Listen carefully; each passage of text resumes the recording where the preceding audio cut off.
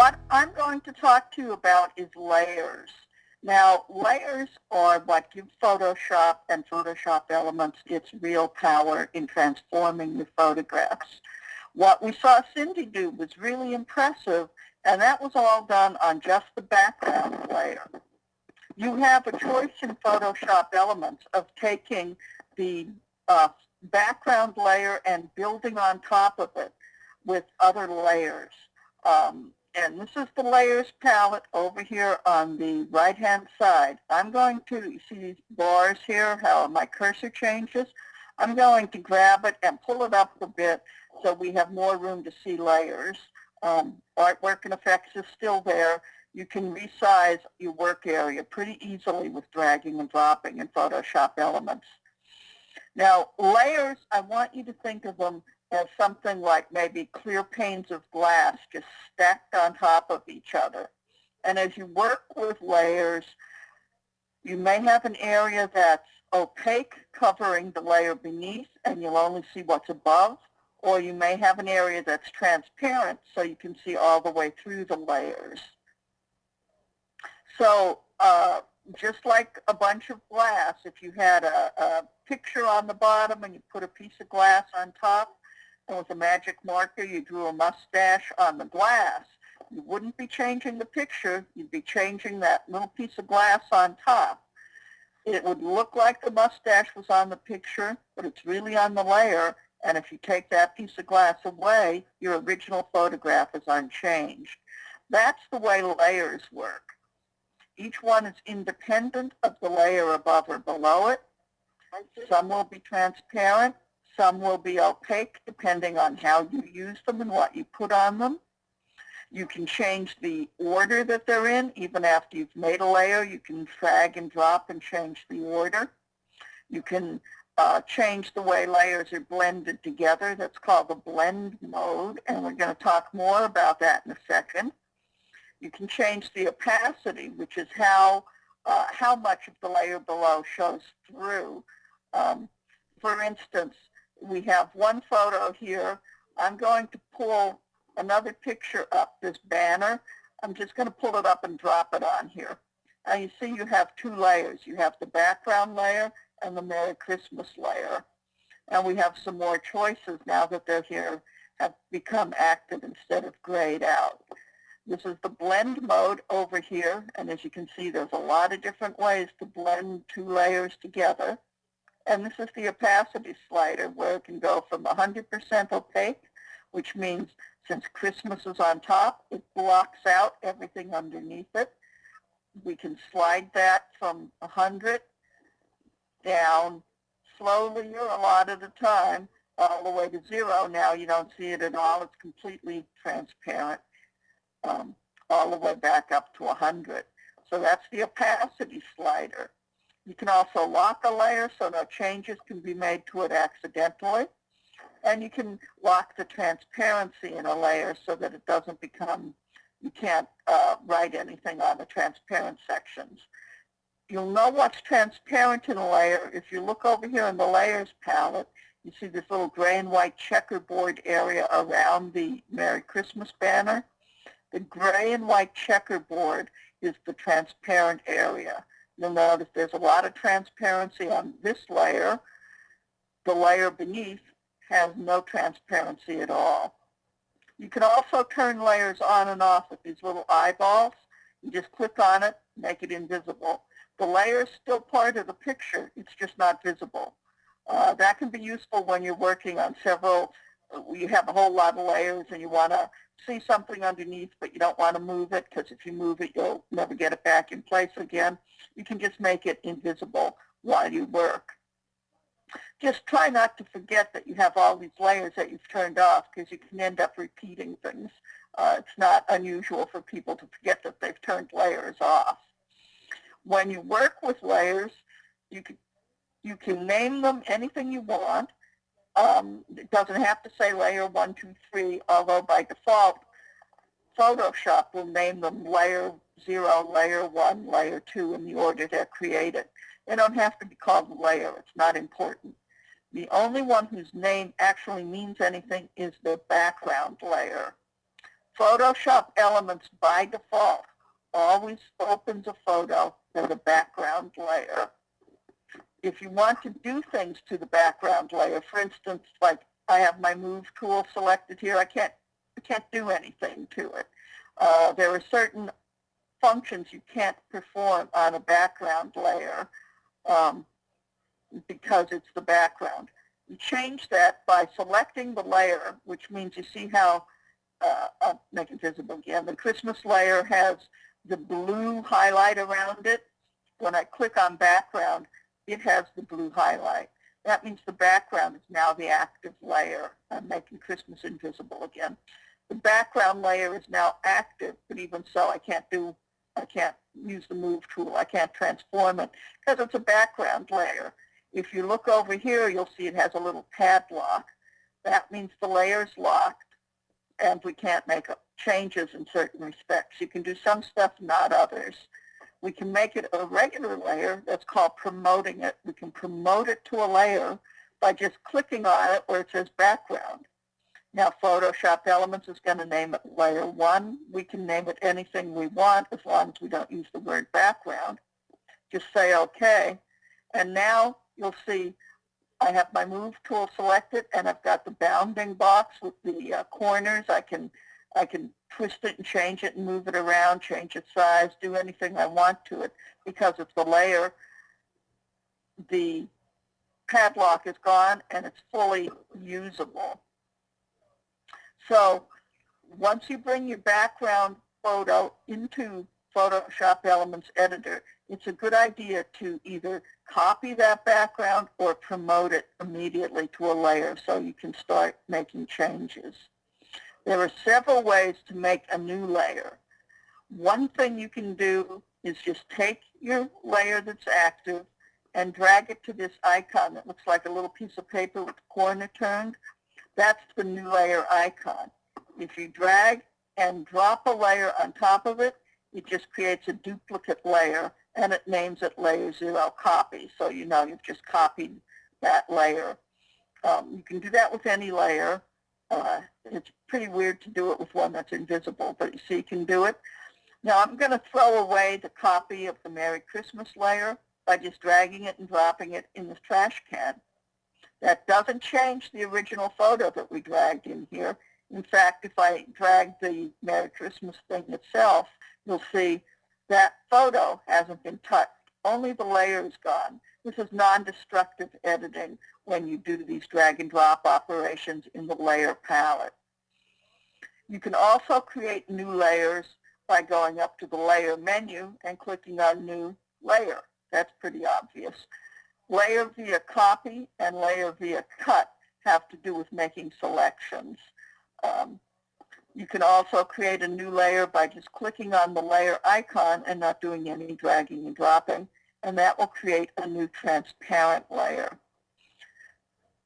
Because this layer is transparent and it's on top of our other piece of glass, we see right through it. If I were to take my paint bucket, now you'll notice this is the transparent layer. It's highlighted. Now you can't see anything. We've made that layer totally opaque, but we haven't touched the layers underneath. If I just drag this and put it beneath the other layer, it's right back. We can see it. We don't see this one, and this one is blocking the view of the one beneath. So all we're seeing is this layer, but each layer is independent. So I can click on this one and do anything I want. I'm typing middle, and you're not seeing it because, well, for one thing, I typed it in black on a black layer, which isn't unduly visible. So let's make it green. But you're still not going to see it because this layer is making it invisible. But you see what happened when I typed a text thing? It automatically started its new layer. That's another way to create a layer. Whenever you type or use the text tool, text is always created on its own layer, and Photoshop Elements will do that for you. I'm going to drag this top layer down to the bottom, and you'll see that it says middle text here. You can see the middle on top. Let me make sure I select it. and I can just move this around. I didn't spell it very well, did I? Let's put the E in there. I can move it around by selecting the Move tool. I can make it at an angle. I can do whatever I want. This black layer, however, is blocking our view of what's underneath. So if I were to select the black layer, let me commit to those changes, select the black layer. Now if I take my eraser, it looks like I'm going to erase middle. Well, I'm not, because I'm on the black layer. So remember, they're all independent of each other. So what I'm doing is erasing part of that black layer. As you can see over here in the layer palette, it's letting the layer beneath show through. So we've got the top layer, which is this word middle, the middle layer, which is all black except where I erased it, which lets through its transparency to the layer beneath, which is blocking the view of the layer on the bottom that I accidentally moved and got out of alignment. I'm going to toss that one away, and I'm going to duplicate this one. Whoops, I tossed that one too. Let's make them all visible. I'm going to duplicate this one, and now we have these two layers again matching up correctly, and the two on top. We make those invisible. We make this invisible. We make that visible. You just see through whatever's showing. So you can see the layers are, as I said, they're just stacks, just like glass.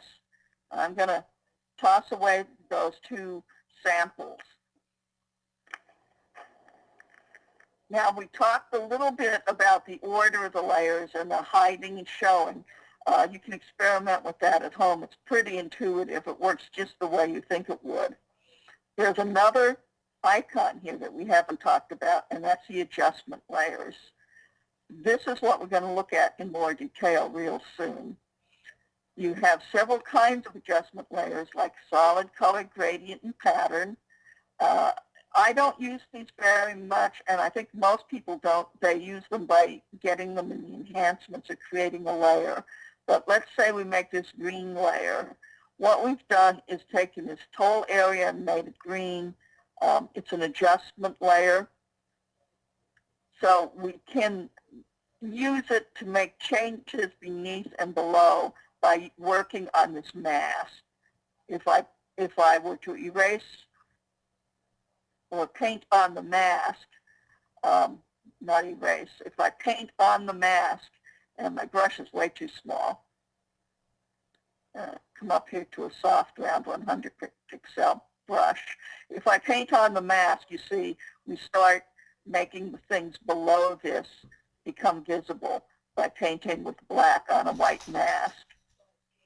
But there's much easier ways to do things like that, so most people don't use the color adjustment layers. The gradient and the pattern work just the same as a gradient and the pattern stamp over here. And because layers add to your file size, they use a lot of memory, and this is why I don't use them as layers. I'd rather use the tools. If you don't have a really powerful computer, it can slow things down quite a lot by creating adjustment layers for patterns and colors and gradients rather than just adding a layer and working with your tool menu. However, the things that are really important is the levels.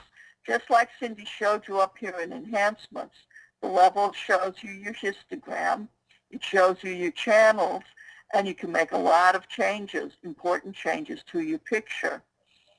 But levels also allow you to do some very cool tricks to photos, and we don't have time to get into all of that today, but I'm going to put up some samples on the website of different ways to use levels. It's a little more advanced, and until you're used to using the levels just for the colors, seeing them for these other things will just be kind of confusing, but I think you might enjoy the demonstrations.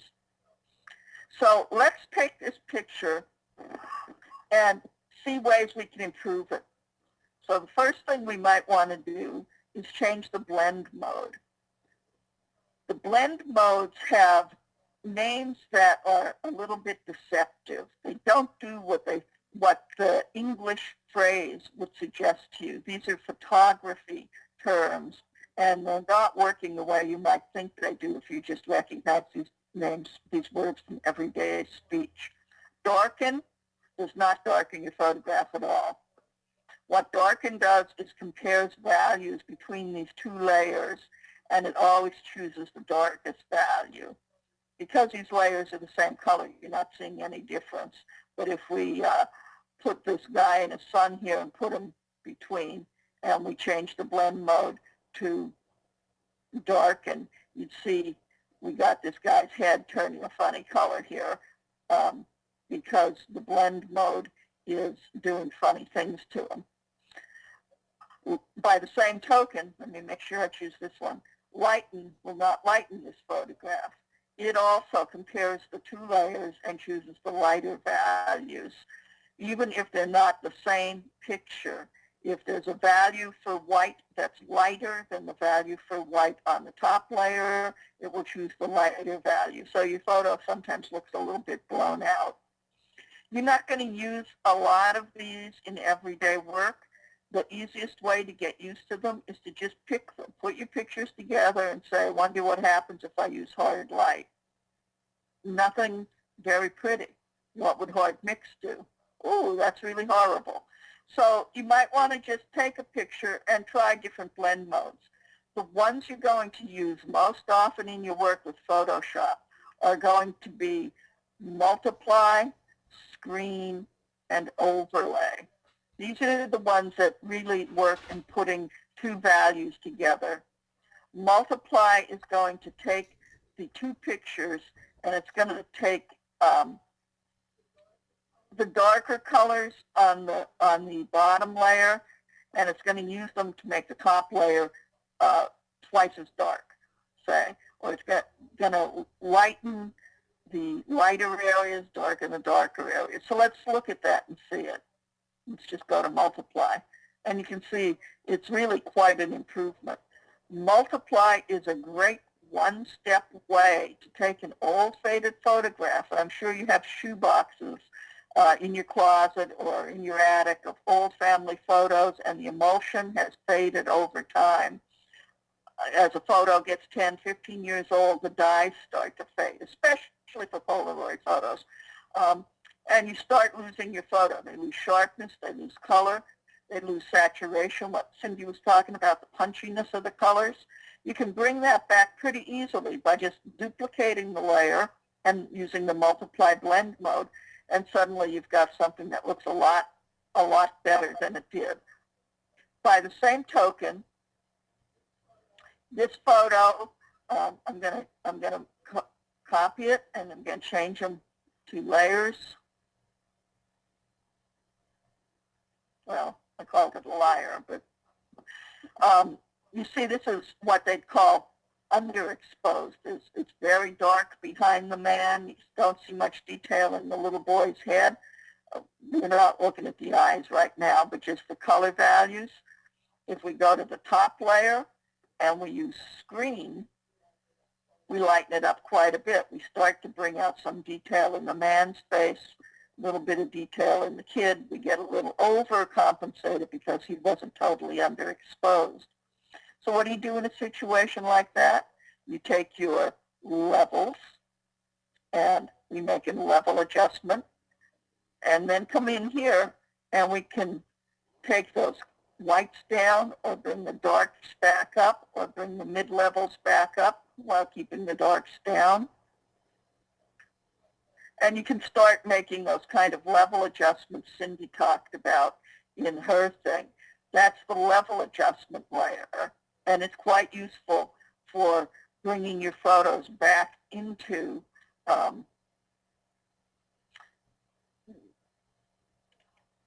balance, where your colors are all equally spread out and are saturated. So let's go back here to this one and just look at one or two more changes we might make, because I think, as I said, I think it's pretty common for you to have a photo all messed up like this. The first thing I would do is take my crop tool and crop out a lot of this information. We don't need to see anybody's knees like that. And the sofa, you know, it's kind of a 60s heirloom, but it's not the focus of the picture. The people are. So always try to crop your photos so they tell the story.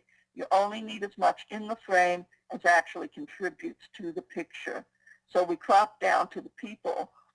Now we've got these 2 layers and we've multiplied them and the colors are looking much better. The little girl's dress is still a bit blown out. So let's bring up the levels adjustment. Well, hold on, let's not do it yet. Let's take our selection tool. I'm going to have it contiguous, so it's just clicking where I tell it to. And I'm going to have a new selection, and I'm going to click here. And see what I've done is I've selected mostly these bright white areas on her dress. Now I'm going to bring up a levels adjustment layer. And what we've selected is only these white areas. So I can maybe bring up the mid-tones a little bit and the darks a little bit and get a little more detail into the dress. I don't want to go overboard. Like Cindy said, you can make it quite muddy. But I just want this not to be that blinding white on the dress so that we see a little bit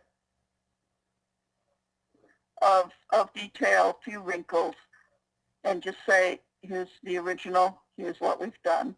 Maybe it's a little bit too much even there. Here's the original, here's what the changes. Say, okay. And that makes that just a little less blinding, so your eye isn't pulled only to the center of her dress, but stays a little more on the faces. If we're happy with that, with the colors, with what we've got, the last thing, as Cindy said, that we'd want to do is come up, not on the layer, not on the adjustment mask now. And you see, if you look here, by the way, you see that Photoshop automatically made the adjustment a clear, transparent area on the mask. The mask was black. The white is what shows through, which is that dress. And the changes we made were only on the adjustment layer. The changes were only applied to the dress, not to the rest of the picture. That's why using something like this adjustment layer instead of using the enhancement levels can be a real time saver, because you're not adjusting your whole photo. On that photo of Cindy's fairy, maybe she just wanted to make the fairy white and not change any of the other white values. She could have done that with the selector tool and the adjustment levels instead of working just on one layer. So I think you see how having layers can be quite helpful.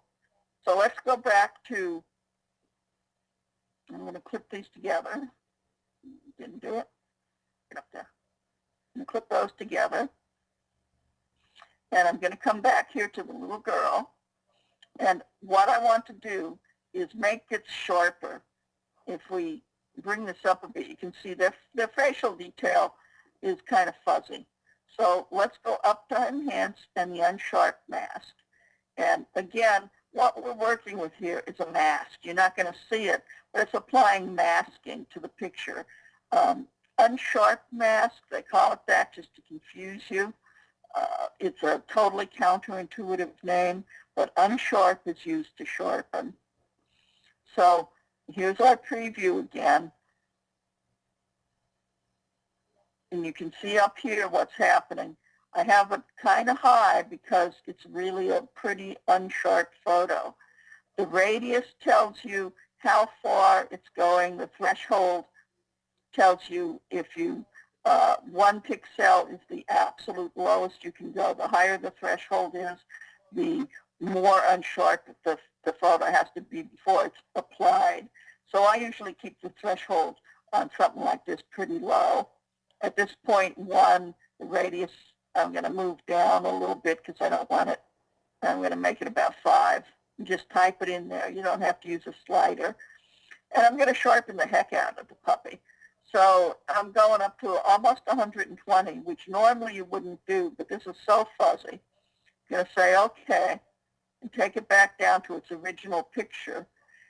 What I want to do is make the eyes and the smile on this picture for the mother and these bright blue eyes on the little girl. I want that to kind of jump out at you, so that's what draws your eye in the picture rather than the sofa or the dress.